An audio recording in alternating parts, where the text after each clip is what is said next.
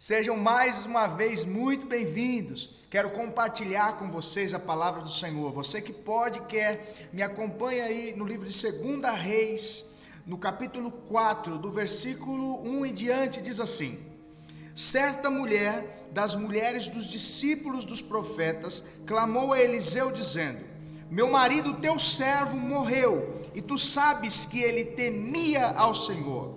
É chegado o credor para levar os meus 2 filhos para lhe serem escravos. Eliseu lhe perguntou: Que te hei de fazer? Dize-me que é o que tem na sua casa. Ela respondeu: Tua serva não tem nada em casa, senão uma botija de azeite. Então disse ele: Vai, pede emprestadas vasilhas a todos os teus vizinhos, vasilhas vazias, não poucas. Então entra e fecha a porta sobre ti e sobre os teus filhos, e deita o azeite em todas aquelas vasilhas. Ponha a parte a que estiver cheia.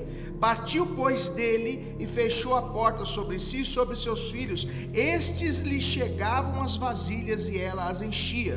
Cheia as vasilhas, disse ela a um dos filhos: Chega-me aqui mais uma vasilha. Mas ele respondeu: Não há mais vasilha nenhuma. E o azeite parou. Então foi ela e fez saber ao homem de Deus e lhe disse: Vai, vende o azeite e paga a tua dívida, e tu e teus filhos vivei do resto.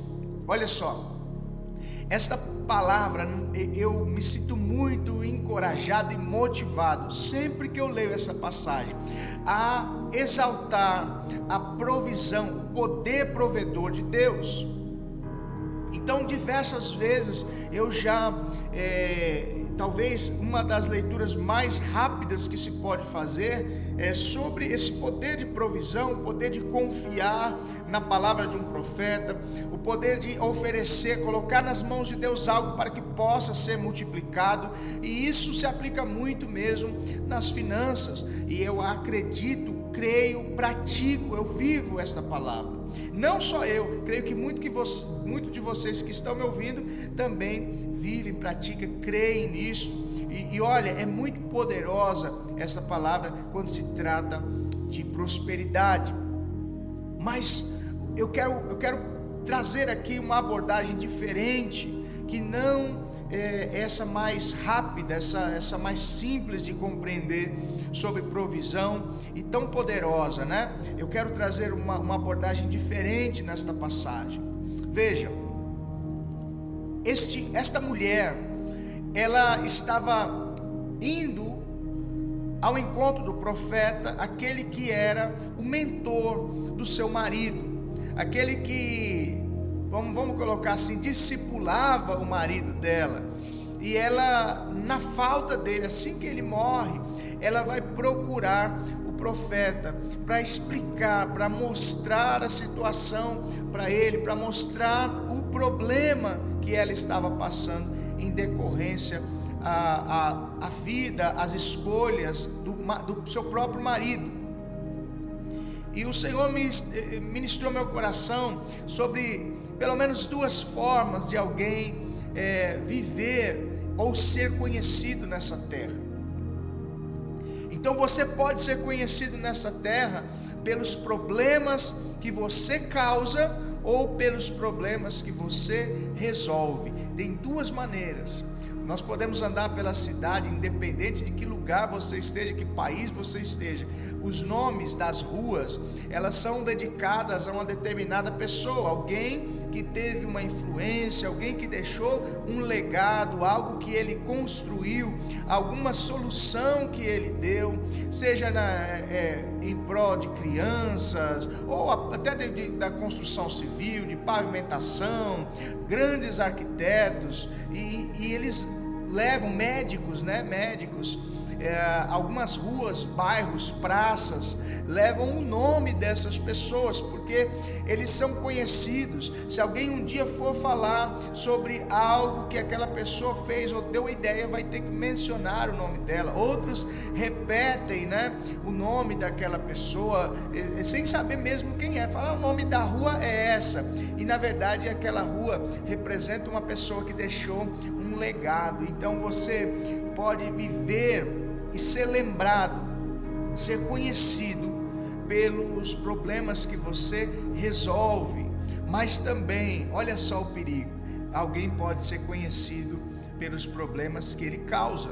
Eu não sei, talvez você já esteve nessa situação, alguém te conhecer por um nome, né? Olha, é aquele bagunceiro, não, é aquele viciado, aquele que está sempre bêbado. Isso são, lógico, são problemas pessoais que a pessoa enfrentou, mas que trouxe esse estigma, essa marca para a vida dele, e ele acaba sendo conhecido por aqueles problemas que ele causa.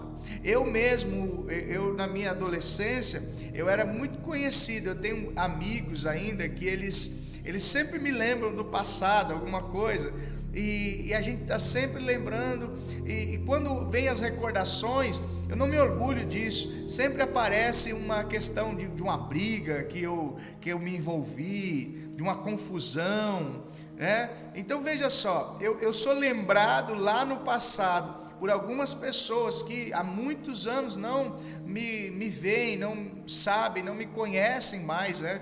Quem hoje realmente sou, por confusões, por problemas, por algumas coisas que eu fazia mesmo.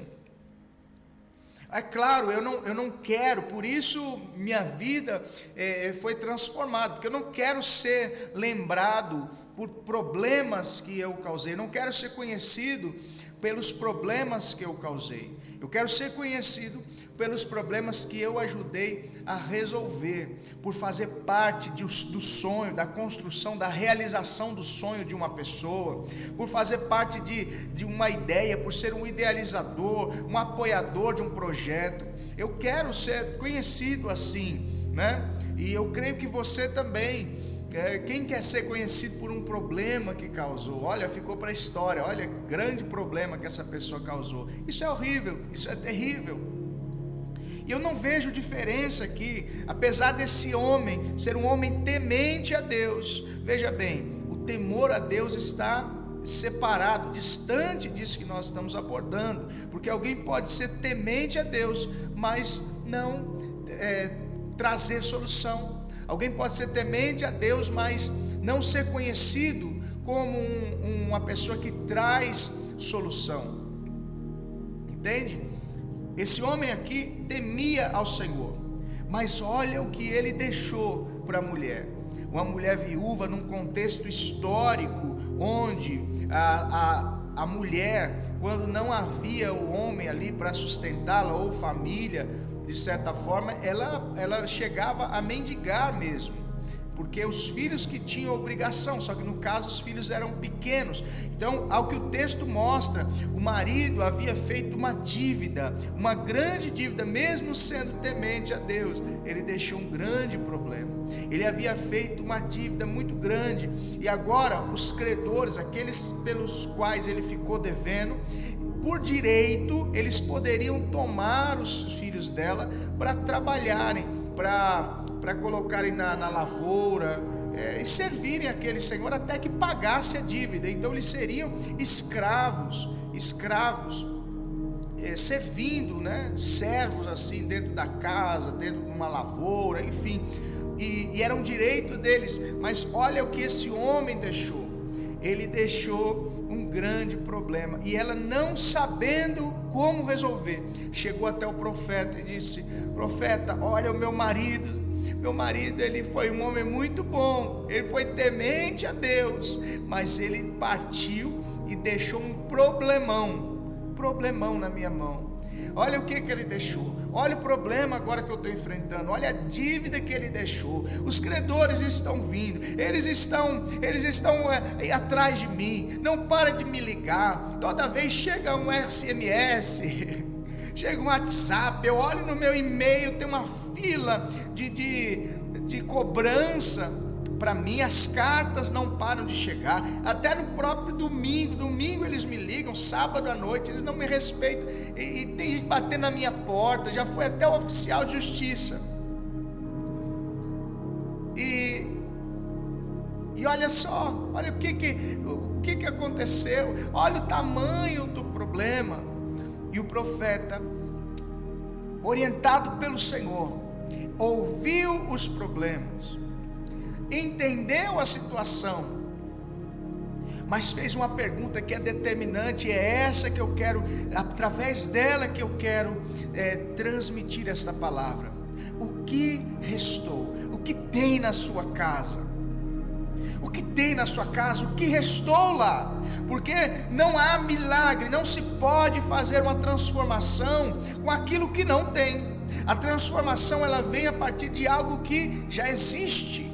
A criação vem através de algo que não existe. A transformação ela vai partir de alguma coisa que exista. Então o profeta estava dizendo, entre outras palavras, é isso que eu quero transmitir para você. Os problemas eles existem, as situações difíceis elas existem, as aflições, as angústias, as perdas existem, as dores existem. Mas não fique olhando pelo que você não tem mais. No caso dessa mulher, não tem mais meu marido. Olha, não olhe pelo que você não tem. Veja o que restou, veja o que você de fato tem. O que sobrou lá na sua casa. O que tem aí dentro do seu coração.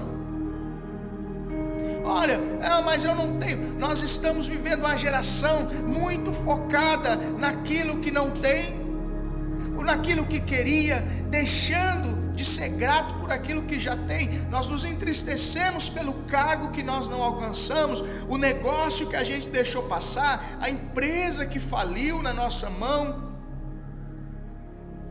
e nós deixamos de olhar o que sobrou, o que temos.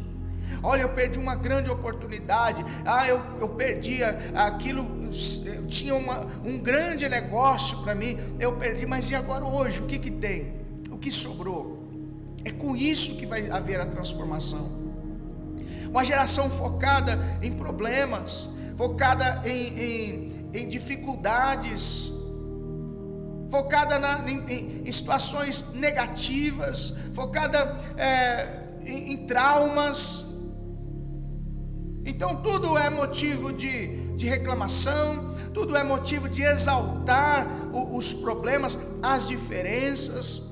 E vivemos uma geração muito focada nos problemas, focada naquilo que está acontecendo. Nós direto podemos ver relatos de adolescentes, pré-adolescentes que tiraram a própria vida ou que se cortaram. Eu entendo a dor, talvez você até está nessa situação, entendo a dor que você está passando, mas sabe, você está focado no problema. A separação dos meus pais se separaram. Sim, é doloroso, imagino que não seja fácil, a gente pode lutar para que as coisas se transformem, mas você não vai lutar com o que você perdeu, você vai lutar com o que restou.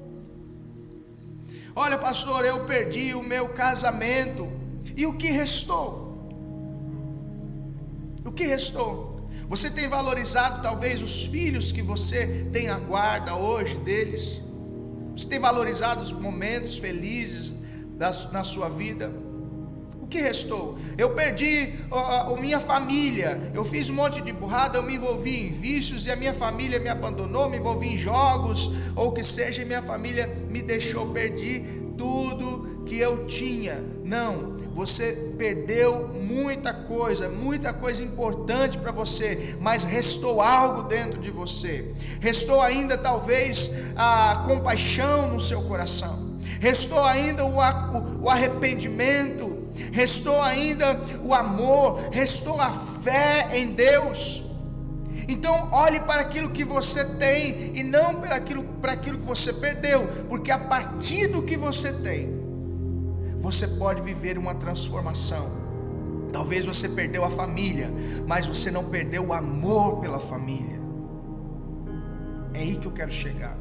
Talvez você perdeu o seu trabalho, mas você não perdeu a sua força de vontade, você não perdeu o seu interesse, você não perdeu a sua capacidade de aprender, de estudar, de se aperfeiçoar. Você perdeu uma oportunidade de um negócio, de um emprego, enfim, alguma coisa que você perdeu, mas você não vai conseguir fazer nada com aquilo que você não tem. Deus não pode fazer nada com aquilo que você não tem. Então a pergunta do profeta, e essa pergunta para você hoje, é o que o Senhor está falando conosco: e o que restou? O que você tem na sua casa? Nós precisamos começar a olhar para aquilo que tem dentro de nós. Nós precisamos olhar, olha pastor, não restou nada. Lembra de Jó? A palavra do Senhor diz que o próprio Deus testemunhava dele. Ele é um homem temente a Deus, ele é íntegro.